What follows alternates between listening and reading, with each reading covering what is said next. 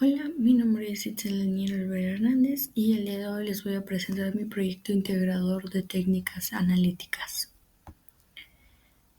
Pertenezco al área académica de Ciencias de la Tierra y Materiales. Estoy estudiando la licenciatura en Ingeniería Minero-Metalúrgica y voy en segundo semestre. El docente es Martina Lamilla Mendel.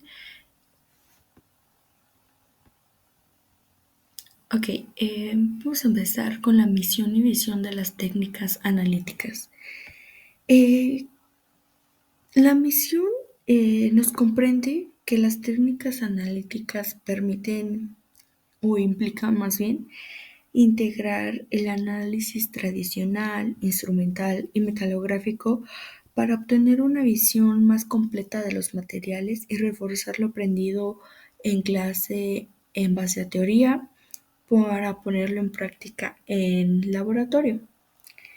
La visión es básicamente aplicar los conocimientos en análisis de aleaciones para caracterizar materiales, determinar su composición y microestructura y así poder nosotros evaluar las propiedades mecánicas, garantizando metales de calidad y que sean seguros para que en algún momento que se ponen en uso en la industria, pues tengan esa seguridad de que sean utilizados.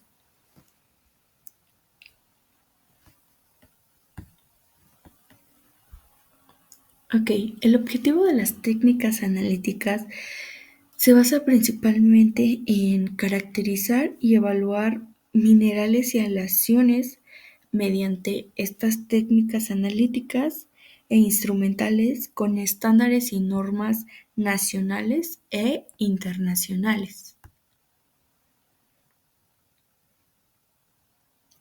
Ok, para este proyecto elegí una aleación de un acero que es cromo molibdeno, de una biela que es de 4140.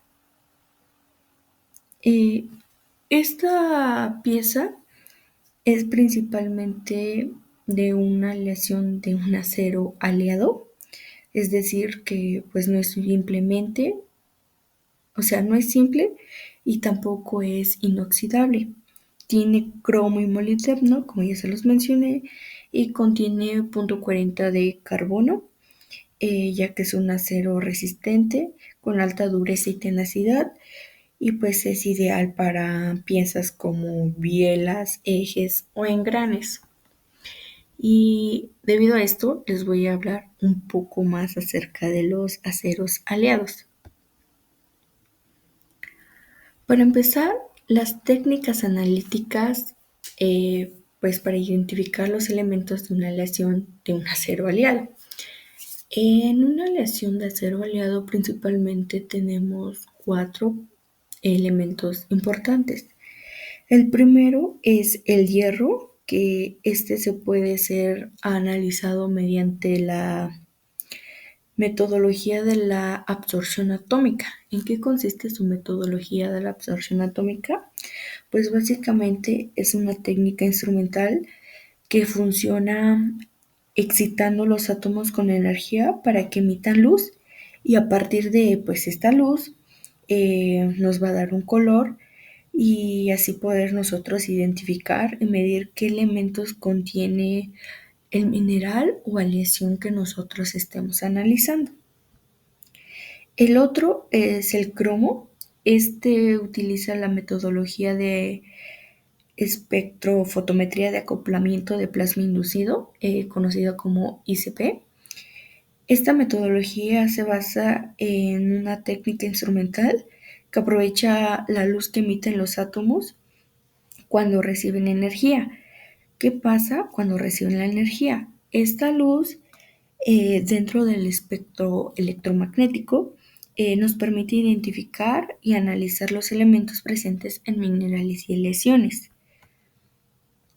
El níquel, este elemento pues, puede utilizar tanto la absorción atómica como el ICP, ya que ambos su metodología es parecida y comparten la misma metodología, solamente del número 1 al número 7. Y el último es el molibdeno. Este puede ser analizado por la metodología de ICP o rayos X. Principalmente en el molibdeno les voy a hablar sobre los rayos X. ¿Qué pasa? En esta metodología de rayos X consiste en que es una técnica instrumental que aprovecha los fenómenos que ocurren cuando los electrones se frenan de una forma repentina, produciendo efectos como la fluorescencia y luminiscencia. Esta emisión dentro del espectro electromagnético nos permite identificar y analizar los elementos presentes en el mineral o una aleación.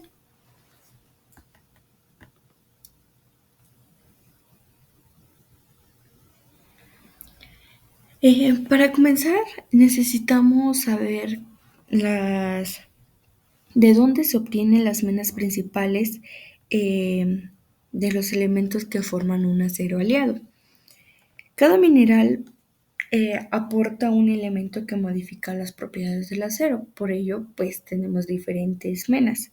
Entre ellas tenemos la hematita, que es la base para obtener el hierro que constituye la mayor parte del acero.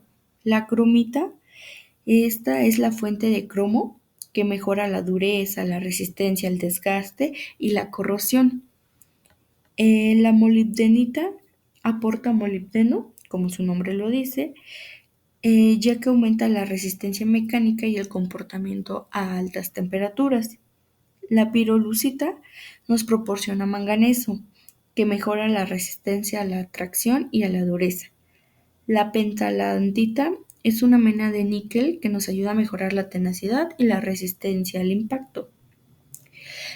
Es decir, que estas venas en conjunto nos permiten obtener los elementos que dan lugar a ceros aliados, eh, pues obviamente teniendo propiedades mejoradas para poder aplicarlas en la industria, como piezas que son utilizadas, por ejemplo, las bielas, engranes, eh, tornillos, ejes, o sea, piezas que tengan mayor resistencia.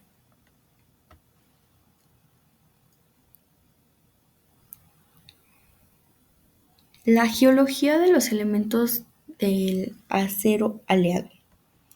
Em, Sabemos que cada uno de los metales que integramos en una aleación proviene de minerales específicos que se encuentran en la corteza terrestre. A partir de esas menas que les acabo de mencionar, como la hematita, la cromita, la pirolusita, entre otras, se extraen pues los minerales como el hierro, el cromo, el molibdeno, el manganeso y el níquel, que luego se refinan y se incorporan al acero.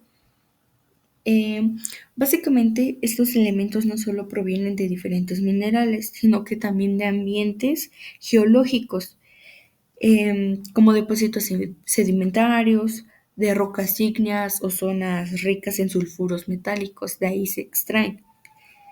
Gracias al origen natural que tiene cada elemento, las propiedades son únicas al acero. Permite, eh, Nos permite fabricar materiales más resistentes, duros y maleables.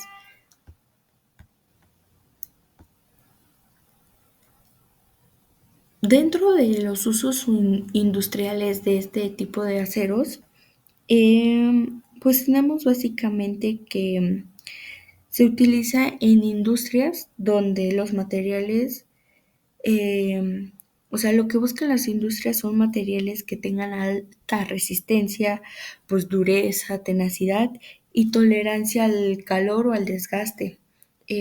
Principalmente se emplean en la industria automotriz, en la energía, en la construcción, en la minería, en la aeroespacial. Pues entre ellos algunos ejemplos tenemos, por ejemplo, las herramientas y maquinaria, los engranes, las tuberías, equipos de alta presión, en estructuras sometidas a cierto impacto y pues principalmente en, en piezas que soporten cargas extremas. porque ya que en general los aceros se usan para fabricar componentes que pues deben soportar grandes esfuerzos de peso, de cargas, de esfuerzos, de fricción y que estén expuestos a ambientes severos.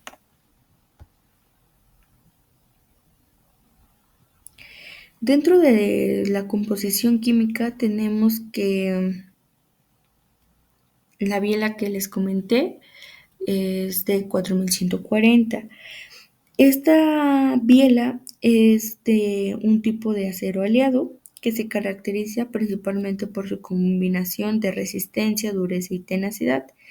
El número 4140 nos indica su composición química, es decir, que pues destacan ciertos puntos importantes que mencionar. Por ejemplo, tiene el 0.40% de carbono que nos aporta dureza y resistencia.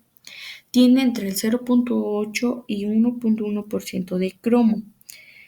Esto hace que pues mejore su resistencia al desgaste y a la corrosión.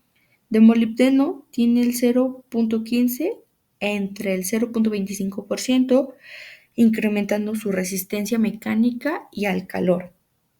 Gracias a esta combinación de elementos, el acero 4140 es ideal para componentes sometidos a cargas elevadas, como es la biela del motor.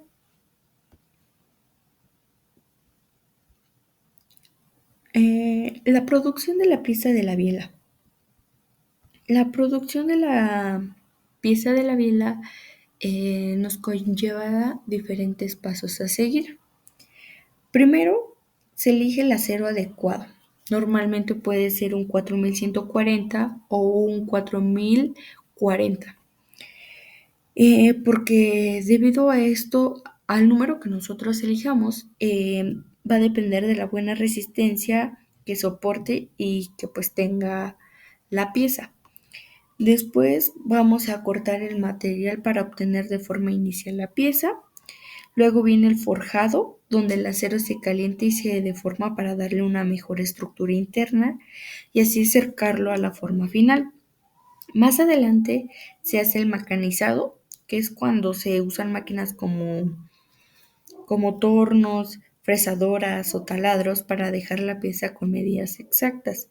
Después vamos a aplicar un tratamiento térmico que nos ayuda a mejorar la dureza y la resistencia que tenga esta pieza para que no la pierda. Después, una vez terminada, si la biela tiene piezas adicionales, se hace el ensamble. Y por último, se hace el equilibrado dinámico que nos sirve para asegurar de que la biela no genere vibraciones y pueda funcionar correctamente dentro del motor. Esto se hace principalmente para que pues nosotros a la hora de producir la pieza se sigan adecuadamente estos pasos para evitar algún imprevisto. Estos pasos que nosotros tenemos que seguir es para que la biela tenga la calidad y resistencia necesaria para soportar las condiciones del trabajo que pues se le va a dar, o sea, el uso y que el uso principal que se le tiene que dar. A continuación les voy a mostrar un video de la producción de la pieza de una biela.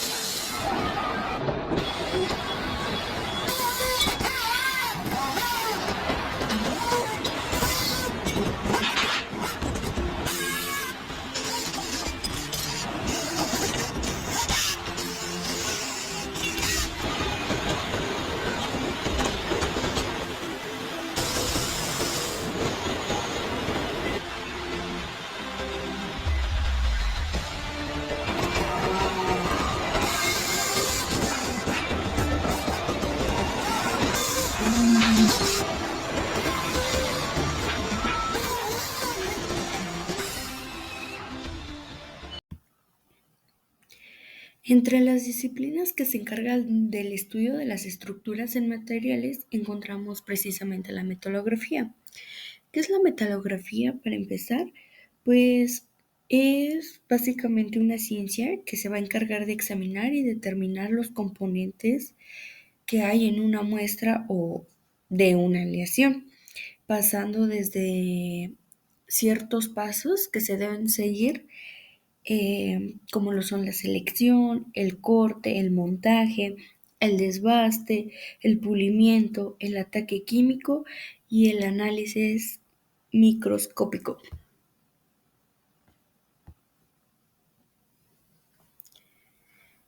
Este es un video que nos muestra cómo se lleva a cabo la metalografía y cómo son los pasos que se deben seguir. Las etapas principales del proceso consisten en el corte de un trocito del metal o pieza que quiere observarse, la embutición o empastillamiento de la probeta, realizar lijados y pulidos y por último el ataque químico para la observación en el microscopio. En primer lugar, se corta un pequeño trozo en la zona de interés de la pieza cuya microestructura quiere observarse. El corte debe realizarse en condiciones controladas, intentando no afectar el resto de la pieza. Sin embargo, este pequeño trozo no es apto para ser observado en el microscopio, debido a las irregularidades que tiene la superficie. La superficie no es plana, no está pulida, por lo que la luz cambia de dirección según impacta con cada irregularidad. El resultado es la observación del acabado superficial o la rugosidad de la muestra, pero no podemos observar qué microestructura tiene. Además, dada la baja profundidad de campo de los microscopios ópticos, si la muestra no está completamente plana, será imposible enfocar correctamente las zonas de la pieza. Por estos motivos, es necesario lijar y pulir la pieza. Sin embargo, si la muestra es de pequeño tamaño, su manipulación durante el lijado es difícil, siendo necesario embutirla creando una probeta metalográfica. Para ello, se utiliza una prensa donde se coloca la muestra junto con una resina en polvo. Será sometida a presión y temperatura, lo que permite crear una pastilla sólida. Con nuestra probeta fabricada, ya estamos listos para la etapa más tediosa, el lijado y el pulido. Esto se realiza en pulidoras metalográficas mediante la utilización de lijas, normalmente de carburo de silicio, que tienen partículas abrasivas. Cada lija tiene una numeración que está relacionada con el tamaño de la partícula. A mayor número, menor tamaño de partícula. Es por ello que se empieza utilizando las lijas de menor número. He aprovechado un equipo de medición de rugosidad tridimensional para que podamos ver la textura de la lija.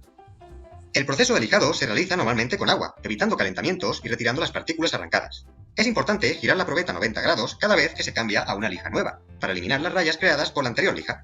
Al ir usando lijas cada vez más finas, la rugosidad de la muestra se reduce, pero todavía no es suficiente, debiendo pulirla en paños. Normalmente son tejidos como la lana, el neopreno, seda o terciopelo, en los que se vierten abrasivos como pasta de diente u óxido de aluminio. El resultado final es una superficie completamente pulida como un espejo. Si observamos la muestra en el microscopio, no es posible distinguir la microestructura, es decir, las fases y microconstituyentes, solamente algún defecto. ¿Pero por qué? Ahora tenemos una superficie completamente pulida. Es un espejo que refleja muy bien la luz, demasiado bien. Únicamente aquellas partes que no reflejen del todo serán visibles, ya sea por un color más oscuro que absorbe la luz o una ligera alteración del ángulo de reflexión. La solución consiste en aplicar un ataque químico sobre la muestra, normalmente un ácido, que será distinto para cada material. Basta con echar algunas gotas sobre la muestra y esperar unos segundos. Finalmente, se limpia con agua y se seca la humedad con un secador. Las distintas fases o microconstituyentes del material se comportan de manera distinta frente al reactivo, por lo que aparecen contrastadas cuando se observan en el microscopio, pudiendo evaluar la microestructura del metal. Estos fueron los resultados que obtuve a la hora de ver mi metalografía en el microscopio. Observamos en el microscopio a 5, 10, 20, 50 y 100 aumentos. Es importante mencionar que el ataque químico va a depender de la aleación de acero que pues tengamos cada uno de nosotros. En el ataque químico se va a aplicar un reactivo químico, em, pues como les dije, este va a depender del metal y aleación que tengamos. Y pues en mi caso utilicé nital y brical al 5%. Y pues esta es de 5, 10, 20, 50 y 100.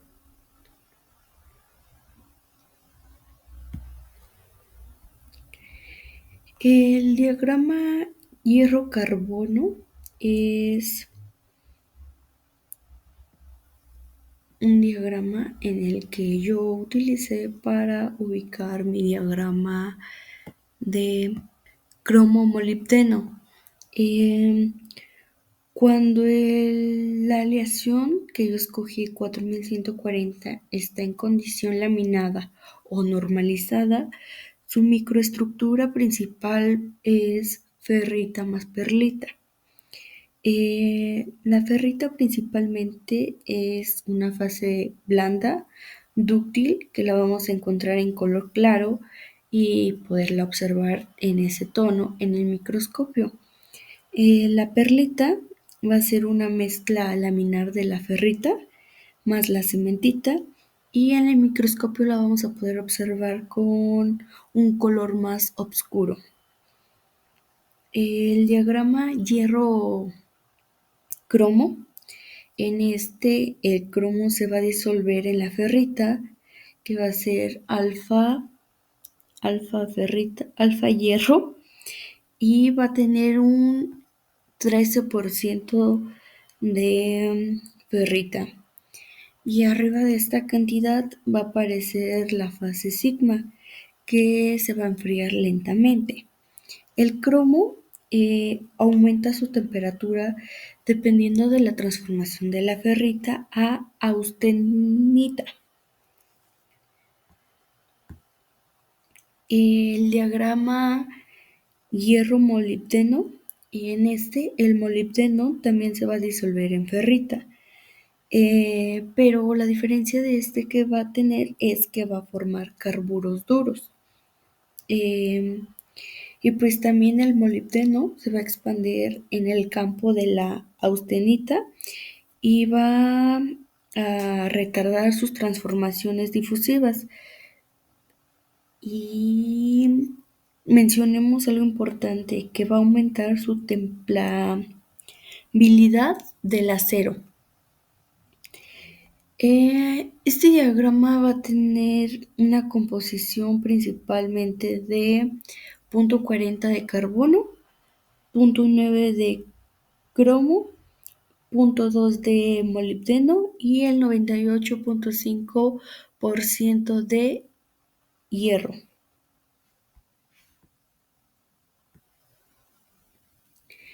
En conclusión, pues para mí, este trabajo me permitió aplicar de manera práctica lo que vimos en el semestre sobre la caracterización de minerales y aleaciones, utilizando diferentes técnicas analíticas, además de que las prácticas me ayudaron a entender mejor cómo usar el equipo, interpretar resultados, realizar la metalografía siguiendo los pasos, que fue algo que pues me gustó mucho aprender. Y pues en general es un proceso que nos ayudó mucho a reforzar tanto la teoría como la práctica en el laboratorio y pues nos mostró la importancia de combinar técnicas analíticas, instrumentales y metalográficas para evaluar correctamente cada uno de los materiales y aleaciones que utilizamos durante este semestre. Y ya por último, para terminar, les voy a mencionar algunos datos curiosos sobre la metalografía. La metalografía fue la clave para descubrir por qué se hundieron algunas herramientas y piezas antiguas.